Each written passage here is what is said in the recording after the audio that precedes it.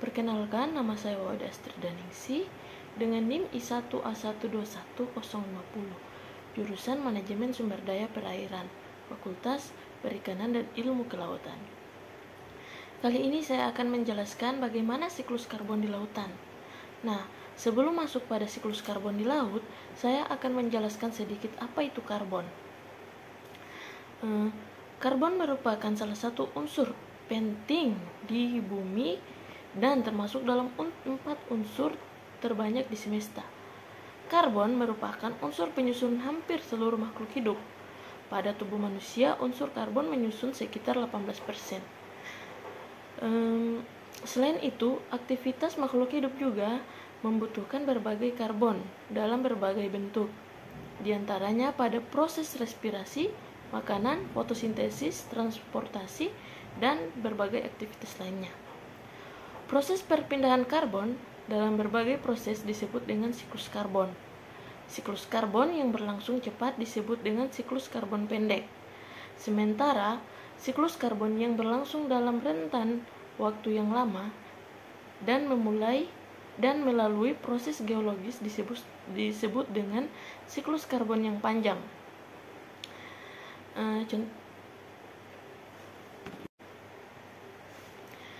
Siklus karbon di laut terdiri dari proses yang menukar karbon antara atmosfer, interior bumi, dan dasar laut.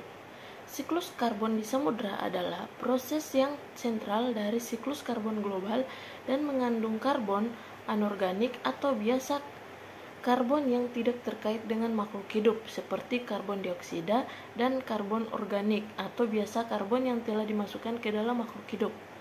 Bagian dari siklus karbon laut mengubah karbon antara benda mati dan benda hidup.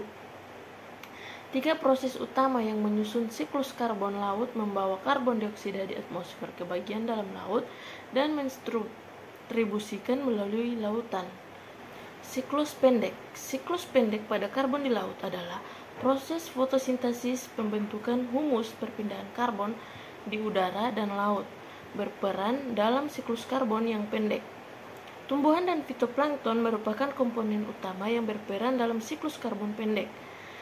Tumbuhan dan fitoplankton menyerap karbon dioksida di atmosfer untuk berfotosintesis membentuk karbohidrat dan oksigen. Tumbuhan memanfaatkan gula yang dihasilkan untuk menghasilkan energi dalam proses pertumbuhan. Selain itu, hewan dan juga manusia memakan tumbuhan dan fitoplankton untuk mendapatkan energi dari gula yang tersimpan pada keduanya. Selanjutnya, tumbuhan dan fitoplankton yang mati akan mengalami penguraian sehingga karbon terurai membentuk humus ataupun endapan karbon di laut.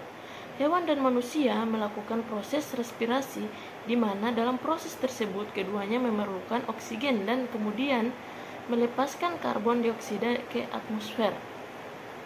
Karbon dioksida di atmosfer nantinya akan dimanfaatkan oleh tumbuhan dan fitoplankton dan seterusnya membentuk suatu siklus. Siklus panjang. Pada siklus panjang, karbon berpindah dalam berbagai bentuk dari batuan, tanah, laut, dan atmosfer dalam rentan waktu 100 sampai 200 juta tahun. Perpindahan karbon dari atmosfer ke permukaan bumi terjadi salah satunya melalui proses pelapukan batuan. Batuan yang tersingkap ke permukaan selanjutnya bereaksi dengan berbagai gas di atmosfer, salah satunya gas karbon dioksida. Persamaan satu menunjukkan reaksi kimia mineral silikat dengan karbon dioksida dan membentuk senyawa lainnya yang mengandung karbon.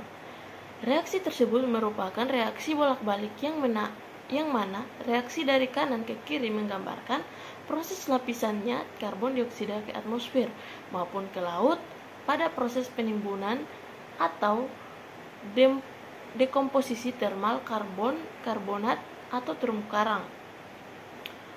Untuk persamaan 2 dari kiri ke kanan menunjukkan proses fotosintesis secara global di mana air dan karbon dioksida dari atmosfer bereaksi membentuk material organik atau gula dan oksigen. Material organik tersebut dapat menumpuk membentuk endapan gambut maupun membentuk sedimen lainnya.